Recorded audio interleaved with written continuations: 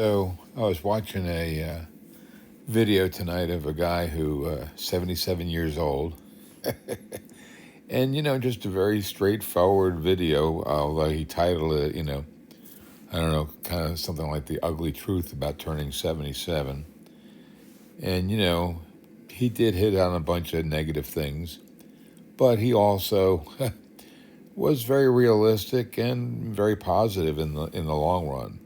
And he got thousands of views. So here I am doodling, and probably won't get any views, or who knows. The point I guess I'm making tonight is I chose to do it this way, to talk in a video, to vent my feelings, and to kind of bolster myself dealing with the loss of my wife and the loss of the life that we had together, that we built together. That's different than what he's dealing with, because he still has his wife and appears to be very comfortable economically and so forth. I'm gonna kind of do a similar video. I think I'm gonna probably put my face in it, maybe have the backyard as the background, something pleasant to look at, and give my words of wisdom about life, reaching this age, which, as he points out, we've really we've hit the age limit for predictable lifespans for the average white male, and we're still going strong. I count that as a blessing, but that doesn't mean we're going to go strong forever. It just means that so far so good. And I've had I've had several life-saving surgeries. So, if it wasn't for modern medicine, I wouldn't be here either. But, I'm very fortunate. I have a beautiful daughter, and she has a beautiful family. I have a wonderful sister, and, very close with her. And then I spoke with my cousin yesterday, very close with her. And I have a girlfriend right down the street. And, who could even begin to ask for that? So I've been very, very fortunate. Fortunate to be able to love other people, because that's a necessity. That's a necessity for me. We talk about other personality types and how difficult they are, and, how mean-spirited they might be, or misogynistic, is one way of describing this guy. I don't think anybody's going to be able to say those things about me, but I'm just very, very average, very, very average, and that's okay.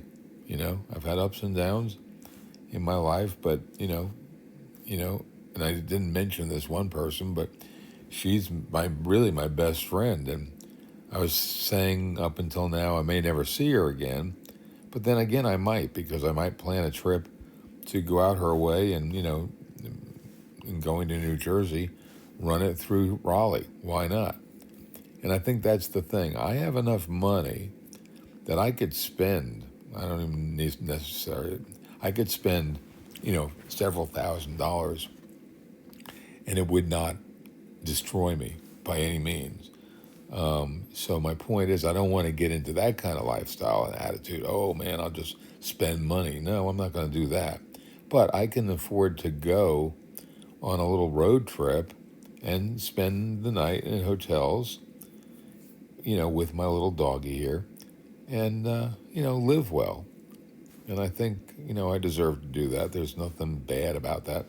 I do carry a lot of guilt for spending any money.